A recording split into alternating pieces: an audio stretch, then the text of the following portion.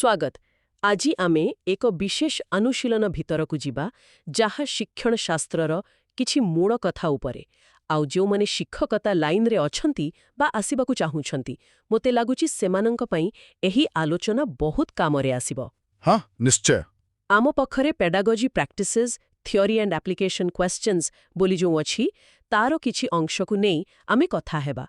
लक्ष्य हेला एथिरे थिबा 10टा प्रश्न आउ तारो जो व्याख्या अछि से माध्यमरे शिक्षा मनोविज्ञानर किछि मुख्य माने जो बड़ बड़ थियोरिस्ट अछंती तांको कथा को टिके भलो भाबे बुझिबा। हो आज्ञा। एटा खाली परीक्षा पाई नुहे पिलांको मनकु बुझिबा पाई भी दरकारी मने हुए। एकदम ठीक कहिले। आज आमे देखिबा जेमिति कोहलबर्गଙ୍କର नैतिक विकास, पियाजेटଙ୍କ ज्ञानात्मक विकास आउ भाइगोट्स्कीଙ୍କ सामाजिक सांस्कृतिक दृष्टिकोण, एरिक्सनଙ୍କ मनोसामाजिक विकास एसबु बहुत पुराना आउ प्रभावशाली सिद्धांत। तो एई सिद्धांत गुड़िक सह जड़ित किछि प्रश्न आमे देखिबा आउ एगुड़ाक कौन केवल पाठपढ़ा कथा नुह श्रेणी भितरे पिलांकु बुझिबा पाई सेमानुंको शिखिबाकु सहज करिबा पाई एक प्रकार माने गाइड भली काम करे। बहुत बढ़िया। तेबे आसंतु आरंभ करिबा प्रथम प्रश्नरु। एइटा हेउची नैतिक विकासर गुरु लॉरेंस कोहलबर्गଙ୍କ थियोरी सह जड़ित। प्रश्नटी हेला कोहलबर्गଙ୍କ सिद्धांतरे केउ स्तर प्रकृत अर्थरे नैतिकतार अनुपस्थितिकु सूचाए। विकल्प अछि ए स्तर 3, बी स्तर 4, सी स्तर आई और डी स्तर 2। आउ उत्तर हेउची सी स्तर आई। एटा शुणिला बेलको टिके अडुआ लागुची ना जे गोटे पूरा स्तररे नैतिकता नाही एहार माने कोन? हाँ, एटा गोटे बहुत गुरुत्वपूर्ण प्रश्न आपण पचारले। देखंतु कोहलबर्गଙ୍କ मॉडल रे जो स्तर आई अछि जहाकू प्राक पारंपरिक स्तर बा प्री कन्वेंशनल लेवल कुहा जाए सेटा ही एही स्थिति को दर्शाए। अच्छा। एठी नैतिकतार अनुपस्थितिर माने हेला पिलांकर जो काम सेटा भितरर नैतिक विचाररू आसेनी बरं बाहर कारणरू नियंत्रित हुए। बाह्य कारण जेमिति मुख्यतः दुईटा कारण थाए। गोटे हेला दंडरू बंचिबा, एटा हेला पर्याय 1 आज्ञापालन और दंड अभिमुखिता, और द्वितीय हेला पुरस्कार पाइबा किमा निदर स्वार्थ साधन करिबा, सेटा पर्याय 2 व्यक्तिवाद और बेनिमय। ओहो। तो सेमाने नियम मानन्ते काहींकि ना तांको कुहा जाइछि बा तांकर डर अछि, किंतु नैतिक दृष्टिरू सेटा ठीक कि भूल से विचार सेतेबेले तांको पाखरे न थाए। बुझिली। पहले एइटा प्रकृत नैतिकता नुहे, एइटा हेला खाली परिणाम देखिकी काम करिबा। भल। तेबे जदि एई आरंभ स्तररे एमिति कथा ताहेले जणे शिक्षक केमिति पिलांक भितरे प्रकृत नैतिक मूल्यबोध गढ़ी पारिबे? कोहलबर्ग ए विषय कोन कहिचंती? एइटा हेला हमर द्वितीय प्रश्न। हाँ। विकल्प अछि ए बहुत कड़ा निर्देश देबे, बी नैतिक प्रसंगरे आलोचनारे पिलांकु सामिल करिबे, सी स्पष्ट नियम लगेइबे, डी धार्मिक शिक्षा देबे। आउ सठिक उत्तर हेला बी नैतिक प्रसंगरे आलोचनारे सामिल करिबा। माने खाली रूल कहिदेले बा लगेइदेले हबोनी बोधे। एकदम सठिक। एटी कथाटा बहुत मजादार। कोहलबर्ग कौन करुथिले से आज्ञा पालन करिबा अपेक्षा नैतिक जुक्ति बा मॉरल रीजनिंग उपरे बेसी जोर देउथिले। नैतिक जुक्ति? हाँ, तांको मतरे जदि पिलांकु आमे नैतिक द्वंद्व माने मॉरल डिलेमास भितरकु आनिबा और सेगुड़को उपरे आलोचना करिबा पई सुजोग देबा ताहले तांकर नैतिक चिंता बढ़िबो। ओहो, जिमिति से हाइंज द्वंद्व कथा अछि। बस सैया से हाइंज द्वंद्व गोटे भल उदाहरण। जेतेबेले पिलामाने एमितिका जटिल स्थिति विषय भाबंती, जुक्ति करंती, अन्यमानक कथा सुनंती, सेतेबेले सेमाने निज भितरे गोटे नैतिक नीति तैयारी करिबाकु आरंभ करंती। एइटा खाली नियम मानिबाटू बहुत बड़ कथा आउ बेसी स्थायी भी। तेणु शिक्षक एटी निर्देश देबा लोक नुहे बरं आलोचना को साहाय्य करुथिबा लोक, फैसिलिटेटर। यह वास्तवरे गोटे बहुत गुरुत्वपूर्ण कथा शिक्षादान पाई। खाली एइटा कर सेइटा करनी कहिबा बदलरे काहींकी उपरे कथा हेबा। बहुत भल। एबे आसंतु ज्ञानात्मक विकासर जे बड़ ना जीन पियाजेट तांको आड़कु जिबा। तृतीय प्रश्न हेउछि पियाजेटଙ୍କ प्रथम स्तर विषयरे। प्रश्न पियाजेटଙ୍କ ज्ञानात्मक विकासर स्तर अनुसारे संवेदी पेशीय स्तर बा सेंसोरी मोटर स्टेज काहा सहित संबंधित? विकल्प अछि ए जुक्तियुक्त भावे समस्या समाधान करिबा, बी सामाजिक कथा विषय चिंता करिबा, सी विभिन्न व्याख्या और विश्लेषण करिबा, डी अनुकरण, स्मृति एवं मानसिक प्रतिनिधित्व। सठिक उत्तर हेउछि डी। तेबे एही स्तरटा माने शिशु जीवनर आरंभरे पिला केमिति दुनिया को बुझे ता सह जड़ित। हाँ, ठीक कहले। ଏହି ସମ୍ବେଦୀ ପେଶୀୟ ସ୍ତର, ଯାହା ସାଧାରଣତଃ ଜନ୍ମରୁ ଆରମ୍ଭ ହୋଇ ପ୍ରାୟ 2 ବର୍ଷ ଯାଏଁ ଚାଲେ, ଏଇଟା ପିଆଜେଟଙ୍କ ମଡେଲର ପୁରା ମୂଳଦୁଆ। ଏହି ସମୟରେ ପିଲାମାନେ କ'ଣ କରନ୍ତି ନା, ମୁଖ୍ୟତଃ ନିଜର ଇନ୍ଦ୍ରିୟମାନେ, ସେନ୍ସରି ଏକ୍ସପିରିଏନ୍ସେସ୍ ଆଉ ଶାରୀରିକ କାମ, ମୋଟର ଆକ୍ସନ୍ସ, ଏଇ ଦୁଇଟା ମାଧ୍ୟମରେ ହିଁ ପରିବେଶକୁ ଅନୁଭବ କରନ୍ତି ଆଉ ଶିଖନ୍ତି। ଆଚ୍ଛା। ଏହି ସ୍ତରର କିଛି ବଡ଼ ବଡ଼ ଉପଲବ୍ଧି ଅଛି। ଗୋଟେ ହେଲା ବସ୍ତୁ ସ୍ଥାୟିତ୍ୱ ବା ଅବଜେକ୍ଟ ପର୍ମାନେନ୍ସର ବିକାଶ, ମାନେ କୌଣସି ଜିନିଷ ଆଖି ଆଗରୁ ଚାଲିଗଲେ ବି ସେ ଜିନିଷଟା ଅଛି ବୋଲି ଜାଣିବା। ହଁ, ଏଇଟା ବହୁତ ଗୁରୁତ୍ୱପୂର୍ଣ୍ଣ। ହଁ, ଆଉ ଏହା ଛଡ଼ା ସେମାନେ ଅନୁକରଣ କରିବା ଶିଖନ୍ତି, ସରଳ ସ୍ମୃତି ତିଆରି ହୁଏ, ଆଉ ଧୀରେ ଧୀରେ ମନ ଭିତରେ ଜିନିଷ କିମ୍ବା ଘଟଣାର ଗୋଟେ ଛବି ବା ମାନସିକ ପ୍ରତିନିଧିତ୍ୱ, ମେଣ୍ଟାଲ ରିପ୍ରେଜେଣ୍ଟେସନ୍ ତିଆରି କରିବାର କ୍ଷମତା ଆରମ୍ଭ ହୁଏ। ଏସବୁ ପରବର୍ତ୍ତୀ ଯେଉଁ ଜ୍ଞାନାତ୍ମକ ବିକାଶ ହେବ ତା ପାଇଁ ବେଶ୍ ତିଆରି କରେ। ବାଃ, କଳ୍ପନା କରିବା ବି କଷ୍ଟ ଯେ ଏତେ ଛୋଟ ବୟସରେ ଏତେ ସବୁ ଗୁରୁତ୍ୱପୂର୍ଣ୍ଣ ମାନସିକ ପ୍ରକ୍ରିୟା ଚାଲିଥାଏ। ଏଇଟା ପୁଣି ପିଆଜେଟଙ୍କ ଆଉ ଗୋଟେ ମୁଖ୍ୟ ଆଇଡିଆ ସହ ଯୋଡ଼ା, ଯାହା ଆମର ଚତୁର୍ଥ ପ୍ରଶ୍ନରେ ଅଛି। ପ୍ରଶ୍ନଟି ହେଲା, ପିଲାମାନେ ସକ୍ରିୟ ଭାବରେ ଦୁନିଆ ବିଷୟରେ ନିଜର ବୁଝାମଣା ନିର୍ମାଣ କରନ୍ତି। ଏଇ ଯୋଉ କଥାଟା, ଏଇଟା କାହା ସହ ସମ୍ପୃକ୍ତ? ବିକଳ୍ପ ଏ ପିଆଜେଟ, ବି କୋହଲବର୍ଗ, ସି ପାଭଲଭ, ଡି ସ୍କିନର। ଉତ୍ତର ତ ସ୍ପଷ୍ଟ, ଏ ପିଆଜେଟ। ଏଇଟା ଦର୍ଶାଉଛି ଯେ ପିଲାମାନେ ଖାଲି ପାତ୍ର ନୁହନ୍ତି ଯୋଉଥିରେ ଆମେ ଜ୍ଞାନ ଭରିଦେବା। ଏକଦମ। ଏଇଟା ହିଁ ପିଆଜେଟଙ୍କ ସିଦ୍ଧାନ୍ତର କେନ୍ଦ୍ର କଥା, ଯାହାକୁ ନିର୍ମାଣବାଦ ବା କନଷ୍ଟ୍ରକ୍ଟିଭିଜମ କୁହାଯାଏ। ପିଆଜେଟ ବିଶ୍ୱାସ କରୁଥିଲେ ଯେ ଶିଶୁ ହେଉଛି ଜ୍ଞାନର ଜଣେ ସକ୍ରିୟ ନିର୍ମାଣକାରୀ, ଆକ୍ଟିଭ କନଷ୍ଟ୍ରକ୍ଟର। ସକ୍ରିୟ ନିର୍ମାଣକାରୀ। ହଁ, ସେମାନେ ଯେତେବେଳେ ନିଜ ପରିବେଶ ସହ କାମ କରନ୍ତି, ନୂଆ ଅନୁଭୂତି ପାଆନ୍ତି, ସେତେବେଳେ ସେହି ନୂଆ କଥାକୁ ନିଜର ପୁରୁଣା ଜ୍ଞାନ ସହ ମିଶେଇବାକୁ ଚେଷ୍ଟା କରନ୍ତି। ଏଇଟାକୁ କୁହନ୍ତି ଆତ୍ମୀକରଣ ବା ଆସିମିଲେସନ୍। ଆଚ୍ଛା। ଯଦି ସେଇଟା ସିଧା ସିଧା ନ ମିଶେ, ତେବେ ସେମାନେ ନିଜର ପୁରୁଣା ବୁଝାମଣା, ଯାହାକୁ ସ୍କିମା କୁହାଯାଏ, ତାକୁ ଟିକେ ବଦଲେଇ ଦିଅନ୍ତି। ଏଇଟା ହେଲା ସମାୟୋଜନ ବା ଆକୋମୋଡେସନ୍। ଏଇ ଦୁଇଟା ପ୍ରକ୍ରିୟା ଦ୍ୱାରା ସେମାନେ ଲଗାତାର ନିଜର ମାନସିକ ଗଠନ ତିଆରି କରନ୍ତି ଆଉ ବଦଳାନ୍ତି। ଏଇଟା ଗୋଟେ ଚାଲୁଥିବା ସକ୍ରିୟ କାମ। ତାହେଲେ ପିଆଜେଟଙ୍କ ମତରେ ପିଲାର ଏଇ ଯୋଉ ସକ୍ରିୟ ନିର୍ମାଣ, ଏଇଟା କିଛି ପର୍ଯ୍ୟାୟ ଦେଖିଯାଏ। ଏଇଟା ଆମକୁ ପଞ୍ଚମ ପ୍ରଶ୍ନ ପାଖକୁ ନେଇ ଆସୁଛେ। ଶିଶୁମାନଙ୍କର ବୌଦ୍ଧିକ ବିକାଶର 4ଟି ସ୍ପଷ୍ଟ ସ୍ତର କିଏ ଚିହ୍ନଟ କରିଛନ୍ତି? ବିକଳ୍ପ ଏ ଏରିକ୍ସନ୍, ବି କୋହଲବର୍ଗ, ସି ସ୍କିନର, ଡି ପିଆଜେଟ। ପୁଣି ଥରେ ଉତ୍ତର ହେଉଛି ଡି ପିଆଜେଟ। ସେ ଏ ବିକାଶକୁ ଗୋଟେ ସିଷ୍ଟମରେ ଦେଖେଇବାକୁ ଚେଷ୍ଟା କରିଛନ୍ତି। ହଁ ଆଜ୍ଞା, ପିଆଜେଟ ଜ୍ଞାନାତ୍ମକ ବିକାଶର 4ଟି ମୁଖ୍ୟ ସ୍ତର ବା ପର୍ଯ୍ୟାୟ ଦେଖେଇଛନ୍ତି। ଆଉ ସେ କହିଛନ୍ତି ଏଗୁଡ଼ାକ ଗୋଟେ ନିର୍ଦ୍ଦିଷ୍ଟ କ୍ରମରେ ହିଁ ଆସେ। ସେଗୁଡ଼ାକ ହେଲା ସମ୍ବେଦୀ ପେଶୀୟ ସ୍ତର, ସେନ୍ସୋରି ମୋଟର, ଜନ୍ମରୁ 2 ବର୍ଷ। ପ୍ରାକ୍ ସଂକ୍ରିୟାତ୍ମକ ସ୍ତର, ପ୍ରି ଅପରେସନାଲ, 2ରୁ 7 ବର୍ଷ। ଏଠି ପ୍ରତୀକ ବ୍ୟବହାର ବଢ଼େ, କିନ୍ତୁ ଯୁକ୍ତି କରିବାଟା ସୀମିତ ଥାଏ। ତୃତୀୟ, ସ୍ଥୂଳ ସଂକ୍ରିୟାତ୍ମକ ସ୍ତର, କଂକ୍ରିଟ ଅପରେସନାଲ, 7ରୁ 11 ବର୍ଷ। ଏଠି ପିଲାମାନେ ବାସ୍ତବ ବା ଆଖିରେ ଦେଖି ହେଉଥିବା ଜିନିଷ ଉପରେ ଠିକ୍ଠାକ୍ ଯୁକ୍ତି କରିପାରନ୍ତି। ଆଚ୍ଛା। ଆଉ ଚତୁର୍ଥ, ଆଠାଡ଼ିକ ସଂକ୍ରିୟାତ୍ମକ ସ୍ତର, ଫର୍ମାଲ ଅପରେସନାଲ, 11 ବର୍ଷ ଆଉ ତାପରେ। ଏଠି ଆଉ ବାସ୍ତବ ଜିନିଷ ଦରକାର ନାହିଁ, ଅମୂର୍ତ୍ତ ଚିନ୍ତା କରିହୁଏ, କାଳ୍ପନିକ ସ୍ଥିତି ବିଷୟରେ ବି ଯୁକ୍ତି କରାହୁଏ। ପିଆଜେଟଙ୍କ ମତରେ ପ୍ରତି ସ୍ତରକୁ ଗଲାବେଳେ ଚିନ୍ତା କରିବାର ଧରଣରେ ଖାଲି ପରିମାଣ ନୁହେଁ, ଗୁଣରେ ବି ପରିବର୍ତ୍ତନ ଆସେ, କ୍ୱାଲିଟି ଚେଞ୍ଜ। ପିଆଜେଟଙ୍କର ଏଇ ଯୋଉ ବ୍ୟକ୍ତିକୈନ୍ଦ୍ରିକ ନିର୍ମାଣବାଦର କଥା, ଏଇଟା ବେଶ ସ୍ପଷ୍ଟ ଲାଗୁଛି। କିନ୍ତୁ ସବୁବେଳେ ତ ସମସ୍ତେ ଏକା କଥା କହନ୍ତିନି, ବିଶେଷ କରି ଯେତେବେଳେ ଭାଷା ଆଉ ଚିନ୍ତାର ସମ୍ପର୍କ କଥା ଆସେ। ଏଇଟା ଆମକୁ ଷଷ୍ଠ ପ୍ରଶ୍ନ ପାଖକୁ ନେଇଯାଉଛି। ଏଇଟା ପିଆଜେଟ ଆଉ ଜଣେ ବଡ଼ ଚିନ୍ତାନାୟକ ଲେଭ୍ ଭାଇଗୋତ୍ସ୍କିଙ୍କ ଭିତରେ ଗୋଟେ ମୁଖ୍ୟ ପାର୍ଥକ୍ୟ ଦେଖାଏ। ପ୍ରଶ୍ନଟି ହେଲା, ତଳେ ଦିଆଯାଇଥିବା କେଉଁ ବାକ୍ୟଟି ପିଆଜେଟ ଏବଂ ଭାଇଗୋତ୍ସ୍କିଙ୍କ ଭାଷା ଓ ଚିନ୍ତା ଉପରେ ଯୋଉ ମତ ଅଛି ତାକୁ ଠିକ୍ ଭାବେ କହୁଛି? ବିକଳ୍ପଗୁଡ଼ିକ ଟିକେ ଧ୍ୟାନ ଦେଇ ଶୁଣିବାକୁ ପଡ଼ିବ। ଏ ଭାଇଗୋତ୍ସ୍କି କହନ୍ତି ଚିନ୍ତା ଆଗ, ପିଆଜେଟ କହନ୍ତି ଭାଷାର ଗଭୀର ପ୍ରଭାବ ଚିନ୍ତା ଉପରେ ପଡ଼େ। ବି ଦୁହେଁ କହନ୍ତି ଭାଷା ଶିଶୁର ଚିନ୍ତାରୁ ଆସେ।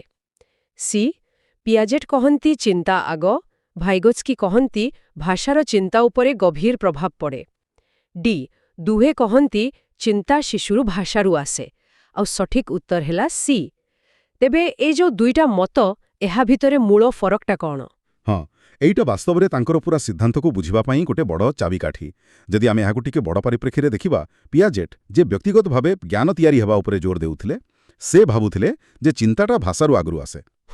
ଚିନ୍ତା ଆଗ। ହଁ, ପିଲା ଆଗ ନିଜ ଅନୁଭୂତିରୁ ବୁଝେ, ଚିନ୍ତା କରେ, ତାପରେ ସେଇ ଚିନ୍ତାକୁ କହିବା ପାଇଁ ଭାଷା ଶିଖେ ଆଉ ବ୍ୟବହାର କରେ।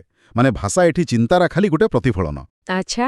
କିନ୍ତୁ ଭାଇଗଟ୍ସ୍କି ଯେ ସମାଜ ଆଉ ସଂସ୍କୃତିର ଭୂମିକା ଉପରେ ବହୁତ ଗୁରୁତ୍ୱ ଦେଉଥିଲେ, ତାଙ୍କ ମତରେ ଭାଷା ଖାଲି ଚିନ୍ତାକୁ କହିବାର ମାଧ୍ୟମ ନୁହେଁ, ଏହା ଚିନ୍ତାକୁ ତିଆରି କରିବାର ଗୋଟେ ମୂଳ ହତିଆର। ଓହୋ, ମାନେ ଭାଷା ହିଁ ଚିନ୍ତାକୁ ଗଢ଼େ। ଏକଦମ ସାମାଜିକ ପାରସ୍ପରିକ କ୍ରିୟା ମାନେ ସୋସିଆଲ ଇଣ୍ଟରାକ୍ସନ୍ ମାଧ୍ୟମରେ ପିଲା ଭାଷା ଶିଖେ, ଆଉ ଏହି ଭାଷା ହିଁ ତାର ଯେଉଁ ଉଚ୍ଚତର ମାନସିକ କାମ ଯେମିତିକି ଚିନ୍ତା କରିବା ସେଇଟାକୁ ସଜାଡ଼େ ଆଉ ଚଲାଏ।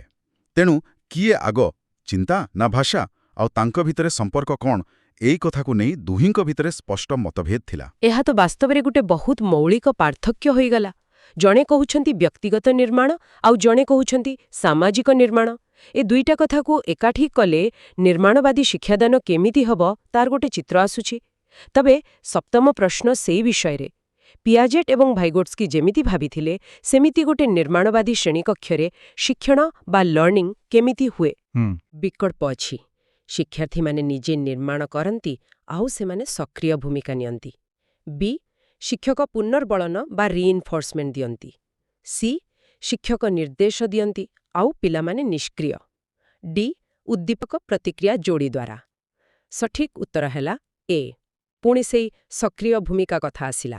ଏକଦମ ଦେଖନ୍ତୁ, ଉଭୟ ପିଆଜେଟ୍ ଆଉ ଭାଇଗଟ୍ସ୍କିଙ୍କ ଚିନ୍ତାଧାରାର ଯେଉଁ ନିର୍ମାଣବାଦୀ ଶ୍ରେଣୀକକ୍ଷ କଥା ଆସେ, ସେଠି ପିଲା ହିଁ କେନ୍ଦ୍ରରେ। ଜ୍ଞାନକୁ କେହି ଆଣି ତା ମୁଣ୍ଡରେ ପୂରେଇ ଦେବନି, ବରଂ ପିଲା ନିଜେ କେମିତି ନିଜ ଅନୁଭୂତିରୁ କିଛି ଖୋଜାଖୋଜି କରିକି, ସମସ୍ୟା ସମାଧାନ କରିକି ଆଉ ଅନ୍ୟମାନଙ୍କ ସହ କଥାବାର୍ତ୍ତା କରିକି, ବିଶେଷ କରି ଭାଇଗଟ୍ସ୍କି ଏଇଟା ପରେ ବେଶୀ ଜୋର ଦିଅନ୍ତି, ପାରସ୍ପରିକ କ୍ରିୟା ମାଧ୍ୟମରେ ନିଜ ପାଇଁ ଜ୍ଞାନ ତିଆରି କରେ। ତେବେ ଶିକ୍ଷକଙ୍କ କାମ କ'ଣ? ହଁ, ସେଇଠି ତ କଥା। ଏମିତି ପରିବେଶରେ ଶିକ୍ଷକଙ୍କ ଭୂମିକା ପୁରା ବଦଳିଯାଏ।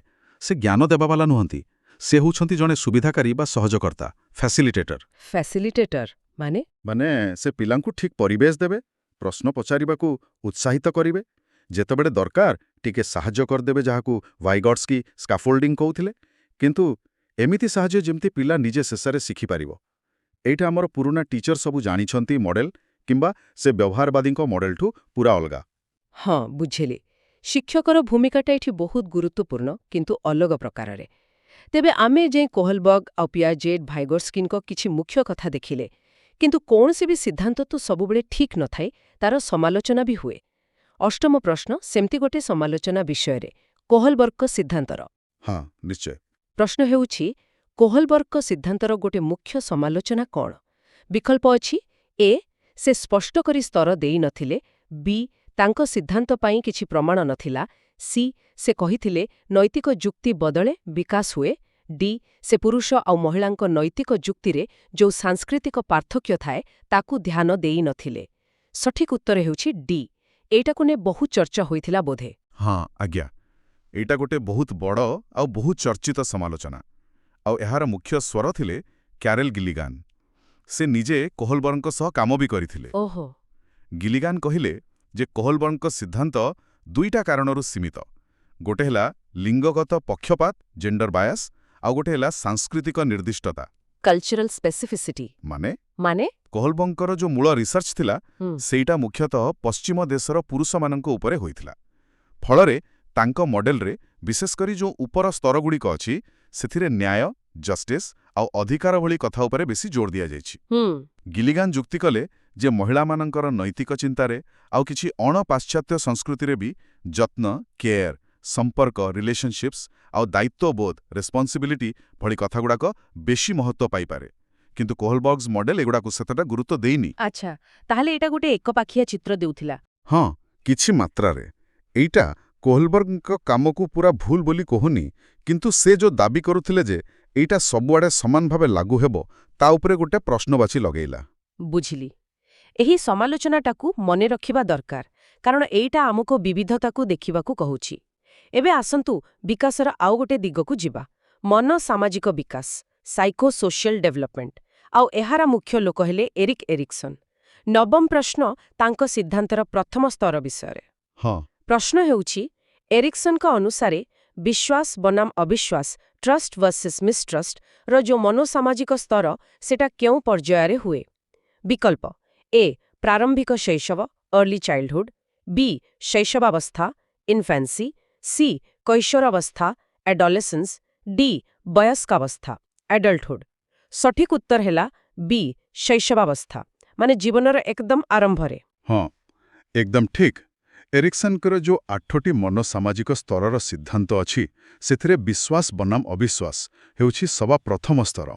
ଆଉ ଏଇଟା ସାଧାରଣତଃ ଜୀବନର ପ୍ରଥମ ବର୍ଷରେ ମାନେ ଶୈଶବାବସ୍ଥାରେ ଇନଫାନ୍ସିରେ ଘଟେ। ଦେଖନ୍ତୁ ଏହି ସମୟରେ ପିଲାଟି ପୂରାପୂରି ତାର ଯତ୍ନ ନେଉଥିବା ଲୋକ କେୟାରଗିଭର ଉପରେ ନିର୍ଭର କରେ।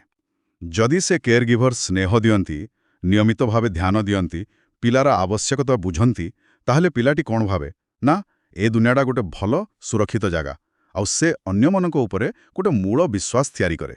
ଆଉ ଯଦି ସେମିତି ନ ହୁଏ? ହଁ, ଯଦି ଯତ୍ନରେ ଅବହେଳା ହୁଏ କିମ୍ବା ଯତ୍ନ ଅନିୟମିତ ହୁଏ ବା ବହୁତ କଠୋର ହୁଏ, ତାହେଲେ ପିଲା ଭିତରେ ଅବିଶ୍ୱାସ ଆଉ ଡରର ଭାବନା ଆସିଯାଏ। ଏଇ ଯୋଉ ପ୍ରଥମ ସ୍ତରଟା, ଏହାର ସମାଧାନ କେମିତି ହେଉଛି ତା ଉପରେ ପିଲାର ପରବର୍ତ୍ତୀ ଜୀବନର ସବୁ ସାମାଜିକ ସମ୍ପର୍କ ଆଉ ଭାବପ୍ରବଣ ସୁରକ୍ଷାର ଭିତ୍ତି ପଡ଼େ। ବାପରେ, ଜୀବନର ପ୍ରଥମ ବର୍ଷର ଅନୁଭୂତିର ଏତେ ଗଭୀର ପ୍ରଭାବ। ଏରିକ୍ସନଙ୍କ ସିଦ୍ଧାନ୍ତ ଏଇଟାକୁ ବହୁତ ସୁନ୍ଦର ଭାବେ ଦେଖେଇଛି। ଏବେ ଆସିଲା ଆମର ଶେଷ ପ୍ରଶ୍ନ, 10ମ ପ୍ରଶ୍ନ। ଏଇଟା ବି ଏରିକ୍ସନଙ୍କ ସିଦ୍ଧାନ୍ତର ଆଉ ଗୋଟେ ସ୍ତର ସହ ଜଡ଼ିତ ପ୍ରଶ୍ନ। ଜୀବନର କେଉଁ ସମୟରେ ଏରିକ୍ସନଙ୍କ ପରିଶ୍ରମ ବନାମ ହୀନମନ୍ୟତା ଇଣ୍ଡଷ୍ଟ୍ରି ଭର୍ସେସ୍ ଇନଫିରିୟରିଟି ସ୍ତର ଦେଖାଯାଏ? ବିକଳ୍ପ ଏ ବୁଢ଼ା ବୟସ, ବି କିଶୋର ବୟସ, ସି ଶିଶୁ ବୟସ, ଡି ବିଦ୍ୟାଳୟ ବୟସ। ଉତ୍ତର ହେଉଛି ଡି ବିଦ୍ୟାଳୟ ବୟସ। ଏଇଟା ସ୍କୁଲ ଯିବା ବୟସର ପିଲାଙ୍କ ପାଇଁ ବହୁତ ଗୁରୁତ୍ୱପୂର୍ଣ୍ଣ ସମୟ ଲାଗୁଛି। ଏକଦମ। ପରିଶ୍ରମ ବନାମ ହୀନମନ୍ୟତା ହେଉଛି ଏରିକ୍ସନଙ୍କ ଚତୁର୍ଥ ମନୋସାମାଜିକ ସ୍ତର। ଆଉ ଏଇଟା ସାଧାରଣତଃ 6 ବର୍ଷରୁ 12 ବର୍ଷ ଭିତରେ ମାନେ ପ୍ରାଥମିକ ସ୍କୁଲ ବୟସରେ ଦେଖାଯାଏ। ଆଚ୍ଛା। ଏହି ସମୟରେ କ'ଣ ହୁଏ, ପିଲାଙ୍କର ଦୁନିଆଟା ବଡ଼ ହୁଏ। ସେମାନେ ସ୍କୁଲ ଯାଆନ୍ତି, ଶିକ୍ଷକ ସାଙ୍ଗସାଥୀଙ୍କ ସହ ମିଶନ୍ତି। ଆଉ ଏହି ସମୟର ମୁଖ୍ୟ କାମ ହେଲା ବିଭିନ୍ନ ପ୍ରକାରର ଜ୍ଞାନ ଆଉ କୌଶଳ ଶିଖିବା, ଯେମିତି ପଢ଼ିବା, ଲେଖିବା, ଅଙ୍କ କରିବା, ଖେଳିବା, ସମାଜର ନିୟମ ବୁଝିବା। ଏସବୁ ଶିଖିକି ନିଜକୁ ଦକ୍ଷ ଆଉ ଉତ୍ପାଦନଶୀଳ ବୋଲି ଅନୁଭବ କରିବା। ଯେତେବେଳେ ସେମାନେ ଏଥିରେ ସଫଳ ହୁଅନ୍ତି ଆଉ ତାଙ୍କୁ ପ୍ରୋତ୍ସାହନ ମିଳେ, ସେତେବେଳେ ତାଙ୍କ ଭିତରେ ପରିଶ୍ରମର ଭାବନା ଆସେ। ମାନେ ହଁ, ମୁଁ କିଛି କରିପାରିବି, ଏମିତି ଗୋଟେ ଆତ୍ମବିଶ୍ୱାସ। ଆଉ ଯଦି ସଫଳ ନ ହୁଅନ୍ତି? ହଁ, ସେଇଟା ହେଲା ଅନ୍ୟ ଦିଗ।